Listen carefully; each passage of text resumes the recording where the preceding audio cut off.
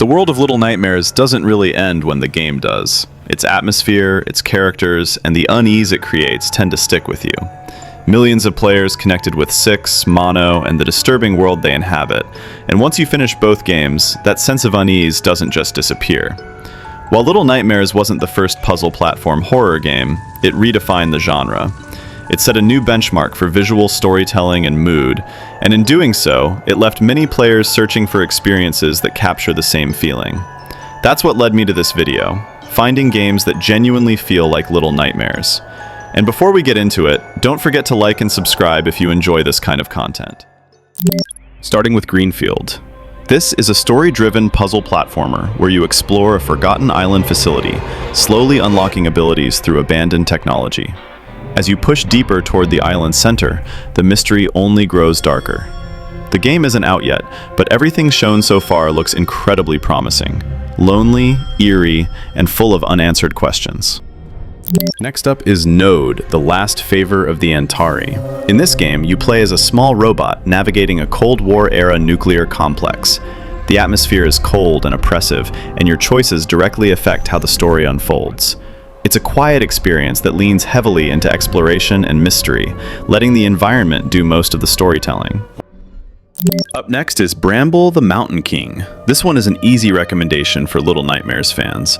It tells a dark Nordic fairy tale following young Ole as he ventures into a brutal, magical world to rescue his sister Lillemor after she's kidnapped by a troll. The game doesn't shy away from disturbing imagery, and the tragic backstory of the Mountain King makes the horror feel even more impactful.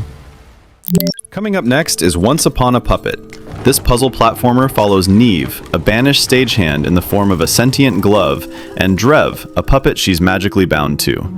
Together, they journey through a theatrical world filled with secrets, broken performances, and emotional scars. Visually, it's stunning, taking the Little Nightmares aesthetic and adding a beautiful wooden, handcrafted style on top.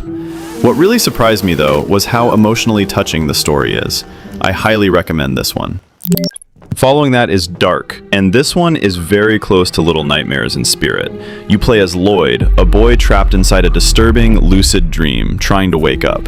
The game tells its story entirely without dialogue or text, relying completely on visuals and atmosphere. Many moments are left open to interpretation, and the game deliberately leaves you with more questions than answers, much like real dreams, where meaning is hazy and unsettling. Next is Daydream, Forgotten Sorrow. This is a melancholy tale about a young boy named Griffin who travels through terrifying environments alongside his teddy bear, Burley. He's constantly pursued by a grotesque skeletal hand, and it slowly becomes clear that this world isn't fantasy. It's a symbolic reflection of Griffin's fears and trauma.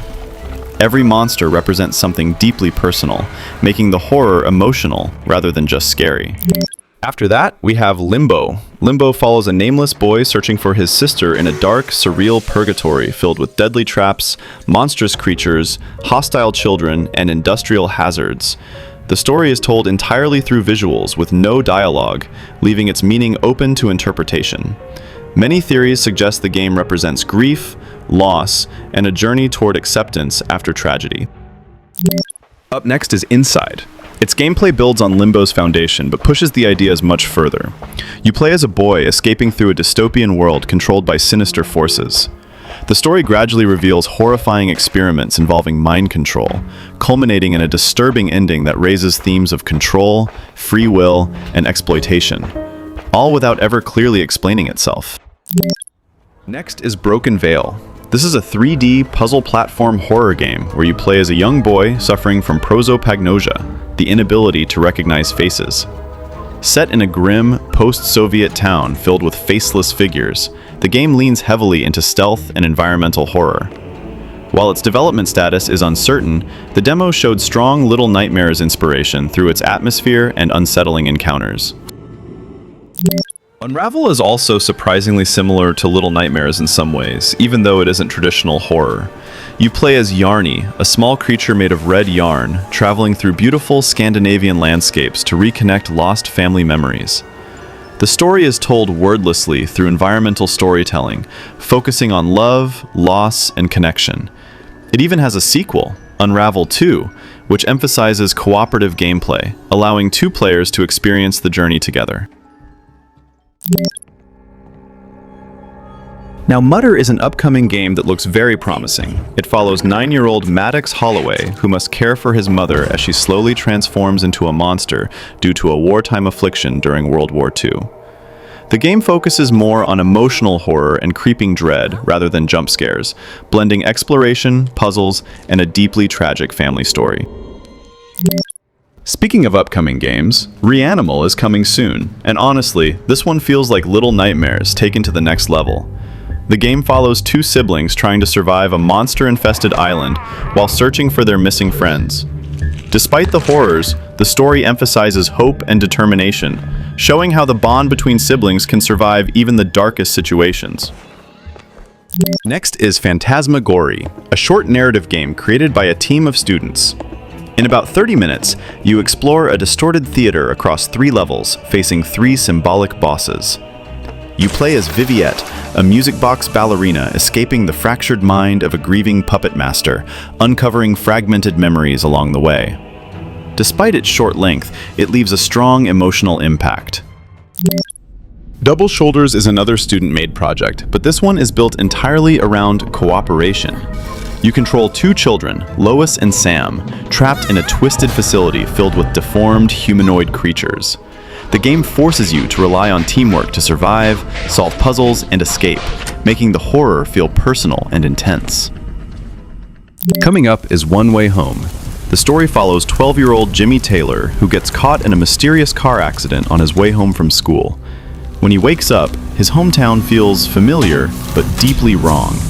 Abandoned streets, empty police cars, and an overwhelming sense of unease. The game leans heavily into psychological horror and isolation. Next is Lost Host. Here, you play as a loyal RC toy car searching for its missing owner. From a tiny perspective, everyday household environments become massive and dangerous. The game blends physics-based puzzles with emotional storytelling about loyalty, loss, and resilience. After that is Out of Sight. This game follows Sophie, a blind girl trapped inside a nightmarish mansion. Her teddy bear, Teddy, miraculously grants her sight, allowing her to navigate the eerie halls while avoiding terrifying pursuers. The story unfolds quietly through environmental clues, revealing the mansion's dark past and the fate of other lost children.